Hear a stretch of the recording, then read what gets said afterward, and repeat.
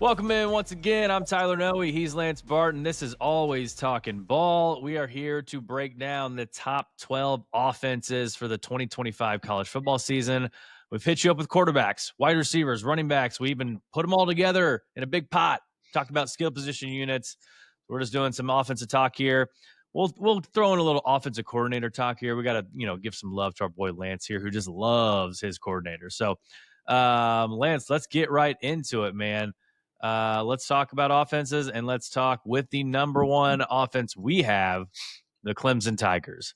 Obviously, Cade Klubnik, quarterback, stacked wide receiver room. Running back room should be fine. We talked about Gideon Davidson. We talked about a lot of things. Offensive line, though, man, I think second season with Matt Luke as the offensive line coach is going to be huge for them. Yeah, you just hit the nail on the head, dude. Matt Luke, if you remember, I mentioned this last year. One of the most underrated hires of last offseason was not a coordinator, not a head coach, but was when Dabo went and hired Matt Luke as an offensive line coach. He's such a well-respected offensive line coach. He's coached under Kirby at Georgia. Obviously, he was the head coach there, and interim, and then turned into the head coach there at Ole Miss. But he's a great recruiter and a great developer of talent of offensive line. And anybody that knows anything about Clemson and covers Clemson has talked about like how excited they are about this offensive line this year, and how good they think that unit's going to be. And a lot of that is because of Matt Luke. But dude, Garrett Riley, I'm just going to remind people, that guy was calling plays for TCU when TCU basically had the top offense in the country and went all the way to the national championship game. Yes, I realize they got their cheeks clapped in the national championship game like no cheeks have ever been clapped. But TCU still made the national championship game, and a huge reason for that was that offense. And so he comes over to Clemson, year one, Cade Klubnik, and that offense is not very good. Turns the ball over. Then last year, they're very explosive. Cade Klubnik 19 touchdowns, right, 2 years ago? Yeah, 19 touchdowns. Last year, he had 19 touchdowns 2 years ago. Last year, he has 36 touchdowns, passing touchdowns. Mm-hmm. He had 43 overall touchdowns. Yep. And then all of a sudden, now they've got wide receivers, and probably a little bit that's got to do with Garrett Riley as your OC. That's attractive to really good wide receivers to want to play in that type of offense. So with the wide receiver core that Clemson is going to have, with Cade Klubnik, with this offensive line, I mean, dude, the numbers again that they put up last year, I just expect that this year, with another year with that group together, with that the passing, dude, the passing offense is going to be ridiculous. If Gideon Davidson can be what I know that people are believing that he can be, as a top 5 tailback in the country coming out of high school and Gatorade National Player of the Year in the state of Virginia, like, dude, this Clemson offense is going to be ridiculous. That's why we've got him ranked number 1. All you fans and listeners out there, you just got to smile and you just got to love when Lance just gets talking about coordinators. It's his love language. It's a beautiful thing. Hey, real quick, look at the bottom of this screen and hit that subscribe button for us, please. And also follow us on Apple and Spotify. It doesn't cost you a thing, and it helps us out a ton. We greatly appreciate it. Number 2, LSU Tigers. And it's number 1 and number 2. It's no secret. Obviously, quarterback's a very important position. And so we've got Cade Klubnik as our number 1 quarterback and Garrett Nussmeier as our number 2. So it's kind of fitting right now that, there are 2 top offenses. But, man, we talked about LSU and all the weapons that he's going to have with Nick Anderson and Aaron Anderson and Barian Brown and Bauer Sharp at tight end. And not to mention, Caden Durham coming back, and he kind of sparked that running room at the end of the year, that running back room. And so, again, another loaded offense down on the Bayou. Yeah, well, I mean, LSU, ever since Brian Kelly's been there, that year 1 with Jaden Daniels, they were solid, very solid. But obviously the next year, they were the number 1 ranked offense in the entire country, with Mike Denbrock as their OC at the time. Jaden Daniels wins the Heisman. Then last year, Joe Sloan takes over as OC. Yeah, you thought you might get a little bit of a drop-off with Denbrock to Sloan, but, I mean, Nussmeier, I mean, obviously Nussmeier's not going to be Jaden Daniels, but right, different type of quarterback. Offense. Yeah. I mean, I think the key though that for this LSU offense is this year is they're actually going to have the opportunity to be more balanced with this running game with Cade Durham. I think they're going to have the opportunity to help Nussmeier out where he doesn't have to throw the ball 35 plus times a game, even though Nuss and that wide receiver core and the tight end room, I mean, dude, again, they're 6 deep at the wide receiver room. Just explosive athletes all over the place. Adding Barry and Brown from Kentucky, like they did. Add Nick Anderson from Oklahoma, like they did, to bring in to pair with Aaron Anderson, Chris Hilton Jr., Destin Hill. I mean, dude, they're loaded. Now, the question we're going to have, obviously, is what's this offensive line going to look like with a couple of guys that they graduated and, first round pick. So I think that based off what you hear, they've recruited that position obviously really well. They brought in some proven transfers as well. I mean, they had did they have the number 1 portal class in the country, or was it Texas Tech? Yep. Yeah, LSU. they had the number 1 portal class in the country. A couple of those were offensive linemen. But a lot of this obviously has got to do with, Nussmeier, these wide receivers, and what Joe Sloan has shown that he can do as an OC. I think with his second full year of calling plays, being more comfortable actually being the primary play caller, Nussmeier, like when he was at the Manning Passing Academy, they're talking about how he was working on his speed and quickness and agility to be able to, when it's 3rd and 4, like extend plays and maybe run for 5 or 6 yards and get that first down. Because obviously I think LSU fell in love a little bit having a dual threat guy. Not saying Nuss is all of a sudden going to be Vanilla Vic out there. Yeah. But I think again, he can move. And I saw some pictures of him the other day and stuff. He definitely looks a lot like, just slimmer, trimmer up a little bit. So yeah, I think this LSU offense is obviously going to be extremely explosive this year, as long as the offensive line can step up and be what they're saying they believe they can be. Number 3 offense in the country, Penn State. This is where we did not go according to plan as far as like our top quarterbacks, because we did not have Drew Aller, number 3. But with the fact that he's coming back, his 3rd year, his 2nd year in Kotelnicki's system, he's a proven asset. Like, what you're going to get from Drew Aller right now. Can he improve? Yeah, he sure can improve. But he's obviously got Nick Singleton and Katron Allen, and then they went to the portal and they got those 3 wide receivers that they're going to lead heavily on. And then the big thing for them, all 5 starting offensive linemen are back for 2025. Yeah, the offensive line is the storyline here for me. Obviously, we know what we're going to get with Nick Singleton and Katron Allen. Those guys are going to be what they've been their whole career. I mean, they hold Penn State records and tied records for Big Ten records for what they've done combined as a duo. I mean, those 2 guys are the definition of thunder and lightning, and as good as it gets. But for me, it's just, again, people just act like, that people can't improve and people can't get better, that what they were the previous year is what they're going to be again this year. And that's just not the case, man, especially in this age of college football, through the transfer portal, of adding talent around you, like what Penn State just did, adding 3 very proven, solid wide receivers that they added through the portal. Year 2 in Andy Kotelnicki's system. Kotelnicki was so good at Kansas and in his history at Buffalo and Kansas. Please do me a favor and just seriously go look up Andy Kotelnicki's history and look up what he's done in his career. It's some of the numbers that his offense has put up, rushing numbers, explosive passing numbers at Kansas and at Buffalo when he was with Lance Leipold before he got to Penn State, which is the reason why James Franklin bought the guy in to begin with. Yeah. And I think you're going to see the fruits of that. And we saw a little bit of that last year. Obviously, in the big games against the best competition, we didn't necessarily see it, but we saw flashes of it. I think this year, with this offensive line protecting Aller and with the weapons now that he's going to have overall at the wide receiver position around him, tight end still going to be solid. And with that run game to lean on, yeah, dude, I think this offense is going to I think this offense takes the biggest leap forward of any offense in the powerful level that matters, if that makes sense. Like, it's at the championship type level team. I think this offense takes the biggest leap forward. Okay. Number 4, Ohio State. I think anytime you've got Jeremiah Smith on your roster, you're guaranteed to have a top 5 offense. Like, he's just that good, baby. Yeah, he's just that good. You got Carnell Tate there too. Brandon Ennis, Julian Sain's going to be, taking over quarterback room there. But the big thing is for them is Brian Hartline. First time. I mean, people have wanted him to get this position for a long time, and he's kind of just stayed wide receivers coach, elite recruiter. Now the offense is completely in his hands. I'm not going to say completely. It's in his hands because Ryan Day will still have his fingerprints on it. And we've seen Ryan Day in the past. If his coordinators are struggling, he will take over. But I think he's going to give Hartline a longer leash because of obviously he's got that monkey off his back winning the championship last year. But it's still a question mark, but I think Hartline's going to be just fine. Yeah, I'm with you, man. I mean, there's going to be some growing pains being it's his first time being the primary play caller. Yes, he's had the title OC before, but he wasn't the primary play caller then. Rondé was.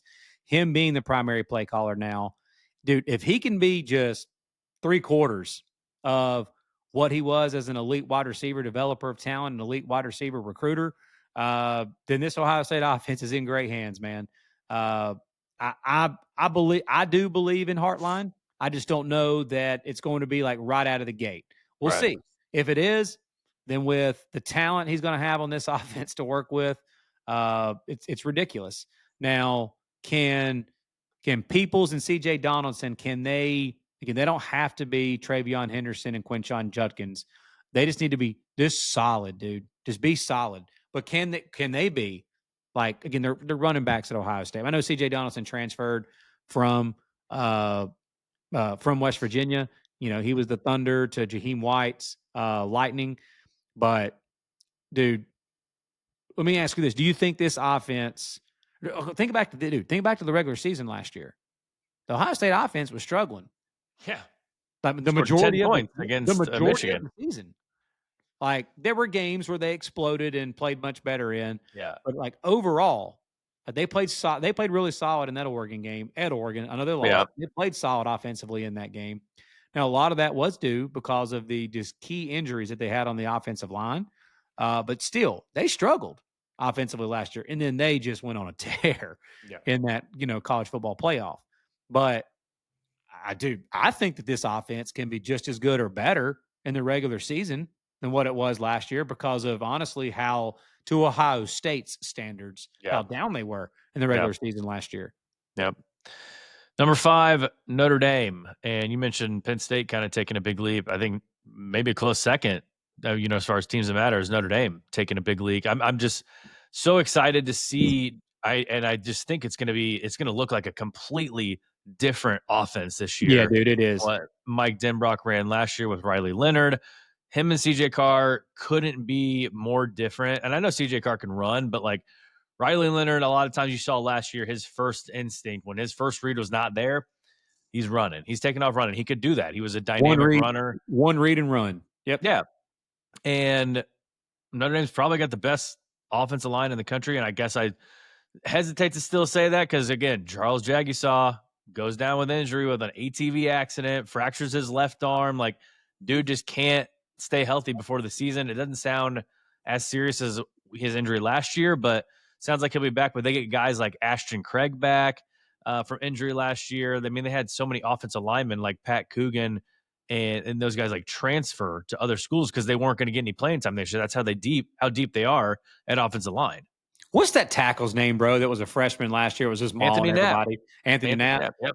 Dude, just an absolute. It just blew my mind, bro. I'm sitting there watching Notre Dame games, and I remember I told you, like, I sent you, like, I videoed it, like, on my TV and sent it to you, and I was like, bro, look at this true freshman just mauling, like big time defensive lineman.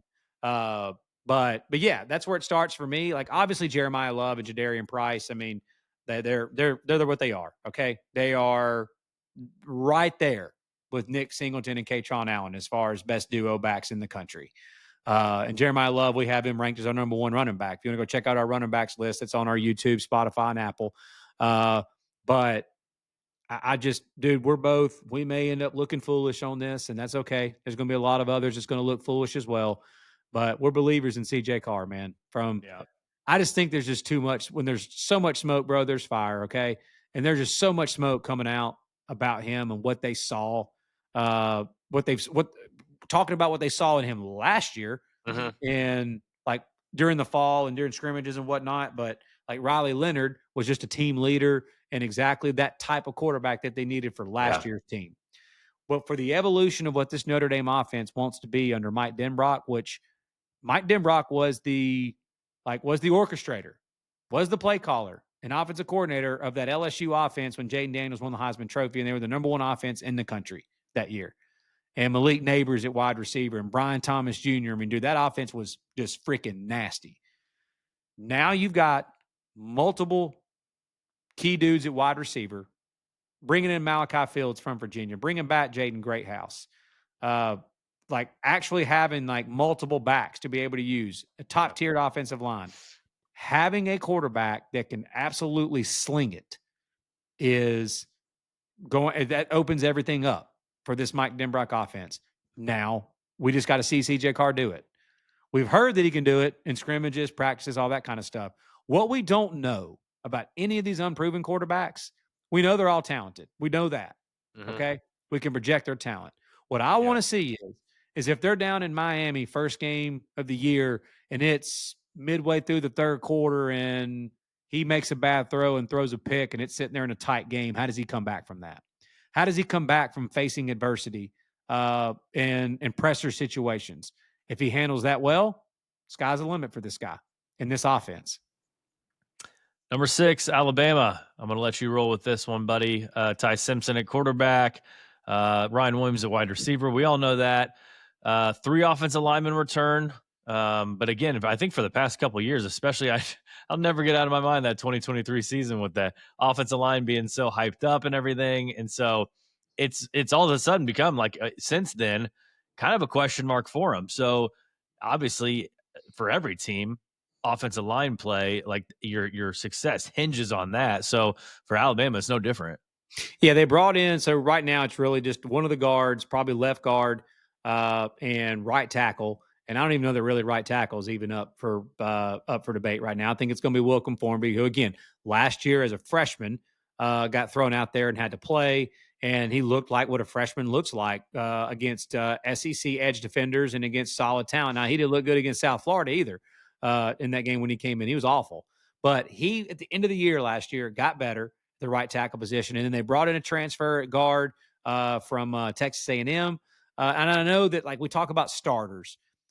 Like Vandermark, a guard for Alabama last year that transferred from Michigan State with the offensive line coach that they brought in. Like he played a ton last year at both guards, right guard and left guard. And so like he's got a lot of experience. He played a lot at Michigan State and he played a lot at last year. So it really just comes down to, dude, like the addition of Ryan Grubb. We have evidence, a lot of it, of what Kalen DeBoer and Ryan Grubb and Jamarcus Shepard, the wide receivers coach, and Nick Sheridan, who was the OC last year, who's now the quarterback's coach. Like, how often do you see that, by the way, that the OC takes a demotion and stays with the team? Yeah. Like, that rarely happens, dude. That just, to me, shows me what kind of, like, belief. Culture. It is. It is. They don't have anybody transfer in the spring transfer portal. They bring in Ryan Grubb. Nick Sheridan decides to just step down from offensive coordinator. Well, he didn't step down; he got told to step down, and be a quarterback's coach. Like having that continuity together, like with that group who's been together for a long time and won a lot of games together before they got to Alabama. And Kalen, yeah, and so Kalen DeBoer with Ryan Grubb together, I think couldn't be perfect timing for Ty Simpson. People forget that Ty Simpson was a 5-star number 2 quarterback in the country coming out of high school when he was a recruit out of Tennessee, out of the Nashville area. So when people say that Alabama doesn't have a talented quarterback, yeah, like you said in one of our previous episodes, no, they do. They've got 2 5-stars sitting there together.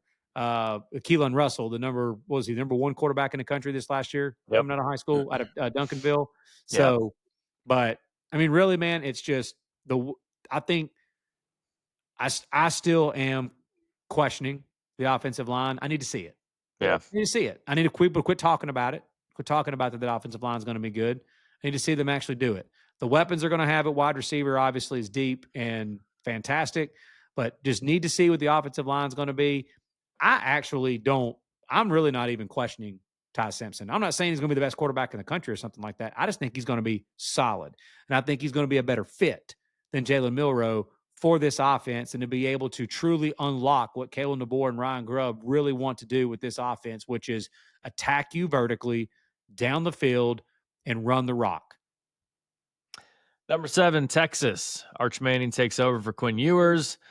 You still got Sark calling the plays there. Dynamic wide receivers. really good running back tandem in Trey Wisner and CJ Baxter. And I just think that, we've talked again ad nauseum about Arch Manning and people hating on him, people loving on him. I mean, he's a polarizing guy and he has barely played any football at all. And I think everyone's just kind of almost at this point sick of talking about him, excited to see him on the field. Yeah. Well, we're gonna see him out of the gate, and a pretty incredible dude. Can you his first, like, I know he started some game, but like his first like game where he is the guy. Yep. It's gonna be Lee Corso's last deal with College Game Day where they're sending him off. Yep.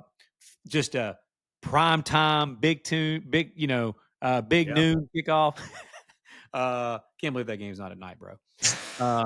But still, like seeing him against Ohio State for his first game, that's going to be so sick.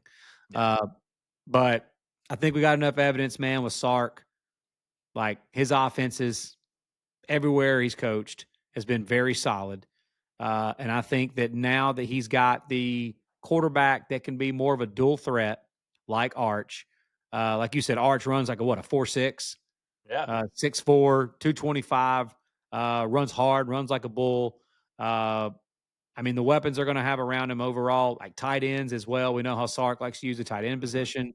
They lost some, what did they lose? Like 4 offensive linemen? 4 offensive linemen, yep. They got to replace 4 offensive linemen. And again, maybe they don't. But I think at this point, since Sark has been at Texas, there is nobody that has been like really outside of like Georgia. There's nobody that's been as great at talent acquisition than Sark in Texas in this NIL era. Like they're not only recruiting the high school ranks flawlessly, but they're also supplementing really well through the transfer portal. And I just think it's just next man up for them until they show otherwise. Them going back-to-back semifinals until they show otherwise. I just think this offense, man, is going to be able to take it to another level with Arch at quarterback. And again, we may be one of those, man, that's wrong on him too. I don't think we are. Again, I don't think he's going to suck. He may not be the best quarterback in the country, but I think he's going to be very solid no matter what. And he may end up being the best quarterback in the country. Yeah. But I feel confident saying he's not going to suck. Number 8, we got Oregon, and they're a little higher in our total offenses than they are skill positions because I think of the additions that they made in the offensive line in the portal with Isaiah World coming over from Nevada, Manuel Pregnon coming over from USC. They got a guy from Texas State on the interior offensive line. Again, it's kind of like Arch. Like we think Dante Moore is going to be just fine. Like people talking about him and, him playing 2 years ago at UCLA and looking terrible. Like, yeah, he was a true freshman. Like you said, he was thrown to the wolves. He was playing for a coach who didn't want to be a head coach at that time. And Chip Kelly didn't have a lot of talent around him at UCLA. And he struggled. He struggled like a lot of true freshmen would. Yeah. And I just think that with the weapons he's going to have around him this year, like I realized that Evan Stewart got injured, but he's still going to like DeCorian Moore, 5-star number 1 receiver in the country coming out of high school. We've seen plenty of wide receivers like, Jeremiah Smith last year, Ron Williams last year, Cam Coleman at Auburn last year. There are others as well. The true freshmen that have been really good right out of the gate. We expect DeCorian Moore to do that as well. Gary Bryant Jr. was a guy that was banged up and injured last year. Like he was supposed to be one of their better receivers and starters last year. He was at USC at one point, back at Oregon. He's explosive, really good athlete. Kenyon Sadiq, really good tight end, explosive tight end. Some people are saying they think he could be the best tight end in the country this year. But yeah, I agree with you. What they've added on that offensive line, what they added with Mekhi Hughes, having that 1-2 punch of Mekhi Hughes and Noah Whittington, dude, something that I feel like that a lot of these offenses that we keep talking about, one of the themes is a lot of these teams have really good 1-2 punches at the tailback position. And this one's fantastic. It's a great contrast to styles. Mekhi Hughes is more of your, do it all type of back, power back, and Noah Whittington's a little bit more speed guy. So I just think that until I see a Will Stein offense not be good, like his offense at UTSA was incredible. When Dan Lanning made that hire to Oregon a few years ago, I was like, my gosh, what a good hire. Yeah. And he's turned out to be just that. Oregon has been consistently one of the best offenses in the entire country since he's been there, and they were when Kenny Dillingham was there too. So until Oregon's offense is booty, I am great with ranking them as high as we've got them because of the talent that they're going to have and because of Will Stein calling plays. Yeah, those top 8, those are probably a lot of the team names that you were kind of expecting to see on this list. 9 through 12, let's get a little freaky. Let's get a little wild, all right? Let's start at number 9. We're going with the Florida Gators at number 9. We talked about DJ Lagway. We've got him number 3 in the country as far as quarterbacks go. And a lot of people think that that's too high. I mean, we've heard a lot of people on Instagram and TikTok. We appreciate the comments. We don't think it's too high at all. We think that guy's got all the potential in the world. The games that he's played in last year, he was healthy in. Games he started in, he was 6-1. If he was healthy in all of them, he's 6-0. Right? Dude, think about this. Since 2021, Florida has been not even average. They've been bad. Yeah. They had a 44% winning percentage since 2021. They were 19-24. It's because they had Anthony Richardson, a quarterback. Yeah, but seriously, think about that. Think about bad, like 2021 and last year through 2024 games without DJ Lagway starting. Florida is 19-24. In games that DJ Lagway started, they're 6-1. In the only game they lost, he got knocked out of the game early in the game against Georgia when the game was an absolute battle when he got knocked out. And so, yeah, dude, with him, with probably the most freakish backfield in the country as far as size, speed, athleticism, and potential overall, with Jaden Ball and with DJ Lagway, like, dude, the sky's the limit for this Florida offense. What's your thoughts on this offensive line? They returned 4 offensive line, and I think they were top 40 in sacks allowed last year, and I think they're going to only improve on that. That'll give him more time. That'll give him better chances to stay healthy, obviously. Yeah, I've seen this offensive line on a lot of top 5 and top 10. Yeah. Listing the entire country coming back this year. So, yeah, I'm with you. Yeah, and they got the wide receivers, too. You got Dallas Wilson and Eugene Wilson to throw to. So I think they're going to be sneaky good. Obviously, everyone wants to focus on the schedule, but we're here to focus on the offenses only. I think they're going to be sneaky good. I agree. On the offensive side of the ball with Billy Napier calling the plays. Number 10, Indiana Hoosiers. Everyone was waiting for it, right? Everyone's waiting for it. Where's Indiana? They averaged like 45 points a game last year playing against, FCS Southeast. And against who? Yeah. Dude. And we'll admit it. Against Ohio State and Notre Dame, the 2 games they lost last year, their offense did not look great. Their quarterback had a torn ACL the entire season. I want to remind you of that. He was from Ohio. So I think they're upgrading at quarterback this year with Fernando Mendoza. Mm-hmm. They got Roman Hemby coming over from Maryland to lead the running back room. They've got Elijah Surratt, top 5 wide receiver, coming back, along with Omar Cooper coming back. They've got Holden Stays at tight end, who's played at Notre Dame and Tennessee. And then the upgrades they've done at the offensive line, Mike Shanahan Jr. calling the plays there. I think, again, I don't know why we would expect Indiana to take any sort of step back on the offensive side of the ball.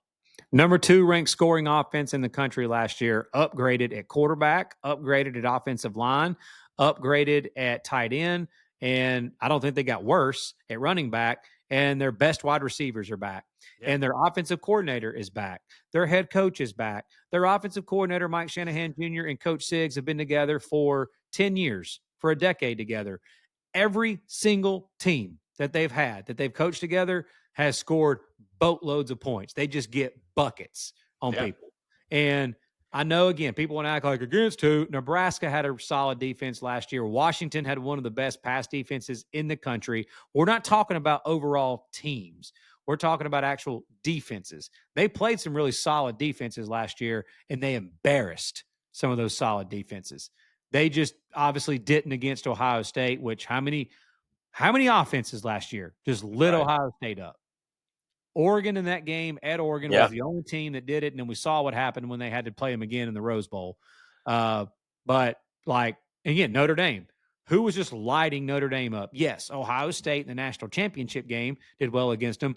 The freaking national champs, okay, that was on a roll. It's the only team that did it. So, point being is, if you just want to sit there and say that you just don't respect Indiana because you don't think they play anybody, whatever like that, that you go right ahead and be that. All Coach Siggs is going to do is say, Google me, and they're going to probably win a lot of games this year again because of their coaching continuity and because of how good this offense has the potential to be with the upgrades that we just mentioned. God, that felt good. Number 11, the Oklahoma Sooners.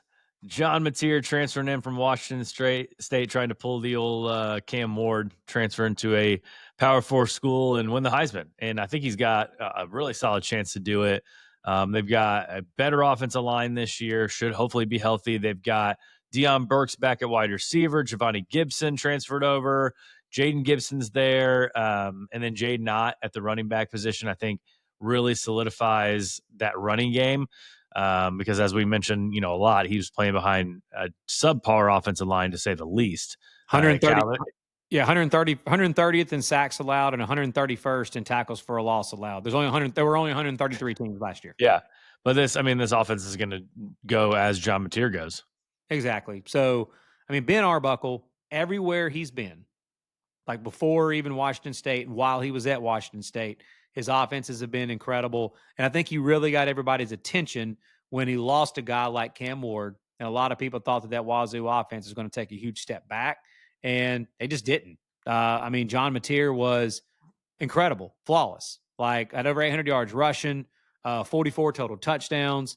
And that's it, though. What is he going to look like against this competition? We believe he's going to look totally fine against this competition with the weapons he's going to have around him.